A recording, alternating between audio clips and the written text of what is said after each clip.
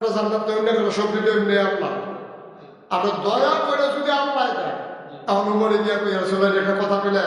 জান দিয়ে এমনি আল্লাহ মালও আল্লাহ জান্নাত আল্লাহ আমরা জানার মাল দেন কিনতাম জান্নাত আল্লাহ দিব কিন্তু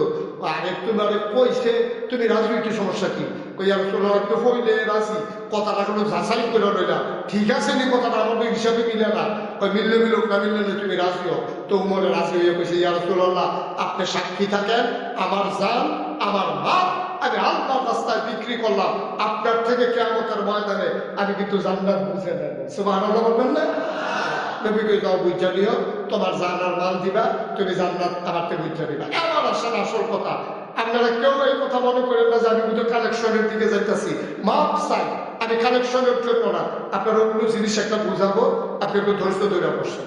এবার করছে কি উমরে যখন এই কথা কইছে ইয়া রাসূলুল্লাহ আমার জানা